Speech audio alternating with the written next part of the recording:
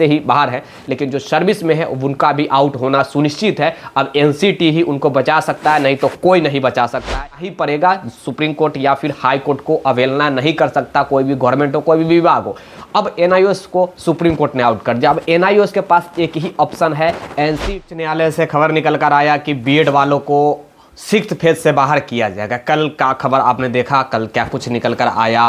पटना उच्च न्यायालय से मैं बातें कर रहा हूँ, पटना हाई कोर्ट की मैं जिक्र कर रहा हूँ, जिसमें आपने देखा कि 22,000 स्टूडेंट अब रास्ते पर मतलब आने वाले हैं। जजमेंट के अनुसार मैं बता रहा हूं, लेकिन शिक्षा विभाग की तरफ से कदम उठाया जा रहा है। इसी प्रकार के चाहे तो एनआईओएस को भी बचाया जा सकता है। मैं कुछ रास्ता बताने वाला हूं आज की इस वीडियो में। साथ ही सबसे पहले आप लोगों को बहुत बहुत कांग्रेचुलेसन, जिन लोगों का एग्जाम है बेस्ट विशेष के साथ जाइए एग्जाम दीजिए।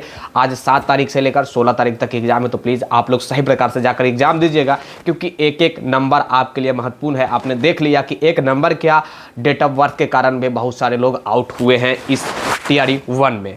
खैर चलिए, इस सारे मुद्दा के ऊपर मैं बात करूंगा। मेरा नाम है विकी गोयल और आप देख रहे हैं the times of Bharat. Video को लाइक शेयर और सब्सक्राइब अवश्य कर दीजिएगा।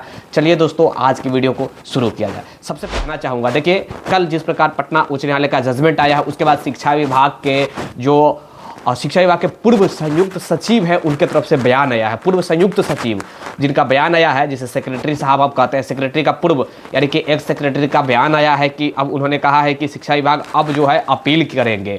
अपील में जाना होगा उनको, और अपील में जाने के लिए पटना से वो हार गए तो अब वो सुप्रीम कोर्ट में जाएंगे। यानी कि कहने का मतलब है कि सुप्रीम कोर्ट में वो रिक्वेस्ट करेंगे, अपील करेंगे कि 2 सालों से जो सर्विस कर रहे हैं उनके लिए कुछ विशेष प्रावधान किया जाए और उनके लिए कुछ दिया जाए। क्योंकि जिस समय जो बीएड वालों को जो जॉब लगा था 6ठे चरण में, उस समय एनसीटी के रूल के अनुसार ये था कि आप 6th मंथ का आपको ब्रिज कोर्स कराया जाए। खैर, ये गवर्नमेंट की ढिलाई के कारण या फिर गवर्नमेंट की गलत रवैया के कारण अभी तक ब्रिज कोर्स भी नहीं हुआ। इसी बीच ब्रिज कोर्स को भी अमान्य कर दिया गया सुप्रीम कोर्ट की तरफ से। देखिए, सबसे पहले अगर मैं गलती कहूँ तो ये सरकार की ही गलती है। मैं बार बार बोल रहा हूँ, एनआईओएस में भी गवर्नमेंट की गलती है और ये बीएड वालों में भी गवर्नमेंट की गलती है। मैं इसलिए बोल रहा हूँ क्योंकि देखिए, किसी भी आयोग या विभाग का एक रूल होता है कि आप 2 सालों के अंदर ब्रिज कोर्स आपको करवाना पड़ेगा। आप जाकर देखेंगे तो आपको रिटर्न भी मिल जाएगा, चाहे नियमावली में हो या फिर विज्ञप्ति में हो। लेकिन 2 साल क्या, 10-10 साल 20-20 साल से बिहार में खासकर सर्विस कर रहे हैं लोग, लेकिन ब्रिज कोर्स नाम की कोई चीज़ है ही नहीं, ब्रिज कोर्स हुआ ही नहीं।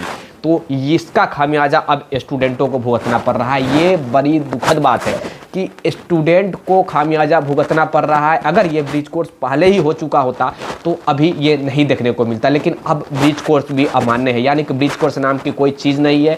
सुप्रीम कोर्ट के जजमेंट के अनुसार मैं बता रहा हूँ, जिस प्रकार बीएड वर्सेस डीएड केस में उन्होंने दिया उसके मुताबिक मैं बता रहा हूँ। कहने का मतलब, मेरा मतलब ये है कि अब एकमात्र उपाय है कि वो अपील दायर करेंगे सुप्रीम कोर्ट में जाकर। जिस प्रकार पूर्व जो सेक्रेटरी है यानी कि एक्स सेक्रेटरी का बयान आया है, इससे यही स्पष्ट होता है कि अभी जो सर्विस में जो दे रहे हैं स्कूल में, वो सर्विस देंगे जब तक कि सुनवाई जो क्लियर ना हो जाए सुप्रीम कोर्ट से या फिर हाई कोर्ट से। हाई कोर्ट में तो मुझे नहीं लग रहा है कि अब यह अपील जो है वो दायर हो सकता है, क्योंकि काफ़ी कम वहाँ संभावना है, क्योंकि 2-3 बार वहाँ पे जो भी है जजमेंट आ चुका है। तो अब सुप्रीम कोर्ट में मुझे जहाँ तक लग रहा है कि होगा। हाई कोर्ट में उम्मीद है कि अब नहीं हो सकता है अपील, अब सुप्रीम कोर्ट उनको जाना पड़ेगा। तो वो हाई कोर्ट से निकलकर सुप्रीम कोर्ट अगर वो जा सकते हैं तो एनआईओएस वालों के लिए भी एक ऑप्शन बनता है। देखिए, यहाँ से एक सीख मिलेगी एनआईओएस वालों को। जैसे कि पटना उच्च न्यायालय ने बाहर कर दिया बीएड वालों को, 22,000 के आसपास कैंडिडेट जो है वो रास्ते पर आ गए।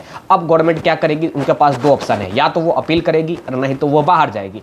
अपील करने के लिए उनको सुप्रीम कोर्ट का दरवाजा खटखटाना पड़ेगा। वहाँ पर अगर अपील एक्सेप्ट कर लिया जाता है, सुन लिया जाता है, तो वो सर्विस में बने रहेंगे, नहीं तो उनको किसी भी स्थिति में बाहर करना ही पड़ेगा। सुप्रीम कोर्ट या फिर हाई कोर्ट को अवहेलना नहीं कर सकता कोई भी गवर्नमेंट हो, कोई भी विभाग हो। अब एनआईओएस को सुप्रीम कोर्ट ने आउट कर दिया। अब एनआईओएस के पास एक ही ऑप्शन है, एनसीटी के द्वारा गजट पास किया जाए। एनसीटी के द्वारा ना ही ये राज्यसभा में हो सकता है, ना ही लोकसभा में हो सकता है। ये ध्यान से आप सुन लीजिएगा।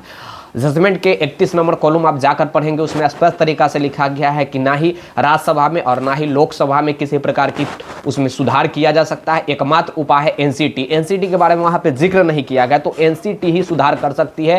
राज्यसभा और लोकसभा से कुछ नहीं हो सकता है। अगर चाहते तो भारत सरकार जो है या फिर एमएचआरडी मिनिस्टर कर सकता था एनआईओएस को लिए कुछ भी, लेकिन अब नहीं कर सकता है भारत सरकार, जो भी है वो कुछ नहीं कर सकता। मैं इसलिए बोल रहा हूं क्योंकि वहां पे जिक्र किया गया है कि ना ही राज्यसभा ना ही लोकसभा कुछ कर सकता है, तो एकमात्र उपाय है एनसीटी। राज्यसभा और लोकसभा को वहां पे बैन कर दिया गया, यानी कि रोक दिया गया, उनका पावर जो है उसे रोक दिया गया, वो कुछ नहीं कर सकते हैं, तो एनसीटी कर सकता है। अब एनसीटी के ऊपर डिपेंड है कि एनसीटी क्या करता है।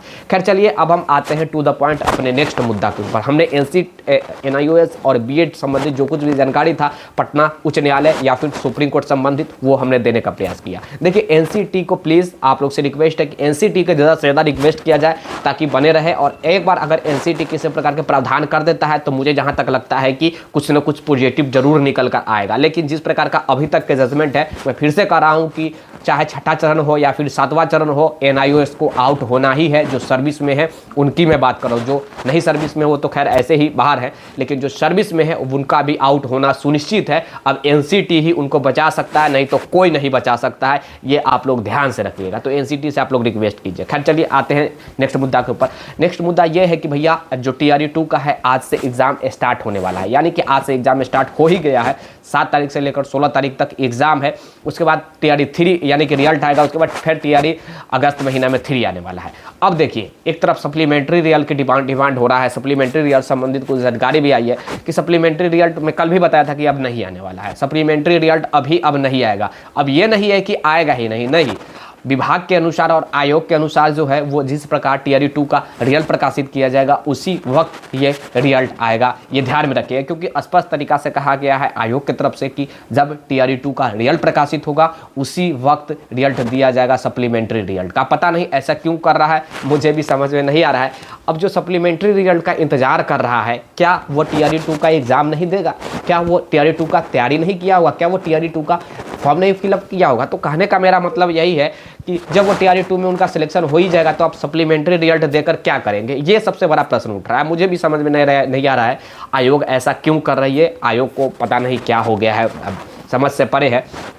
ऐसा सिचुएशन अभी चल रहा है टीआरई 2 संबंधित। टीआरई 2 का जो आज से एग्ज़ाम होने वाला है, आप लोग प्लीज़ थोड़ा सा पेशेंस बना के एग्ज़ाम दीजिएगा। एक एक मार्क्स जो है वो महत्वपूर्ण है, क्योंकि एक एक मार्क्स के कारण ही स्टूडेंट आउट हुए हैं। कहने की कोई आवश्यकता नहीं। आपने देखा बहुत सारे तो ऐसे स्टूडेंट हैं जो डेट ऑफ बर्थ के कारण आउट हुए हैं। तो प्लीज़ आप लोग से रिक्वेस्ट है, निवेदन है कि थोड़ा सा पेशेंस बना के, थोड़ा ठंडे माइंड से, कूल माइंड से एग्ज़ाम देना है, ताकि किसी प्रकार की त्रुटि ना हो। नहीं तो एक एक त्रुटि के कारण आपका एक नंबर भी कमता है तो आप आउट हो जाते हैं, जो भी सिलेक्शन से आप आउट हो जाते हैं। तो इस सब से बचिए, और इस सब से बच के आपको रहना भी चाहिए। बच के रहिएगा तभी कुछ होगा, तभी सिलेक्शन होगा, नहीं तो सिलेक्शन भैया होना बड़ी मुश्किल है। तो प्लीज़ इस सब से बच के रहिएगा।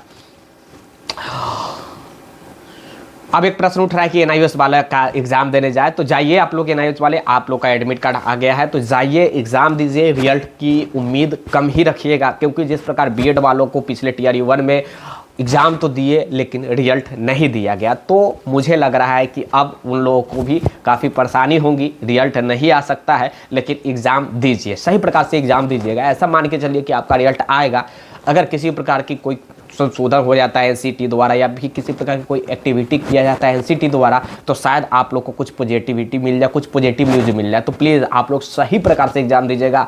एनआईओएस वाले जितने भी कैंडिडेट हैं मैं उनके लिए खास कर ये बातें बोल रहा हूँ कि प्लीज़ आप लोग सही प्रकार से एग्जाम दीजिए। ऐसा मान के चलिए कि आपका रिजल्ट आएगा और आपका भी नौकरी लगेगा, ऐसा मान के चलना है, फिर एग्ज़ाम देना है।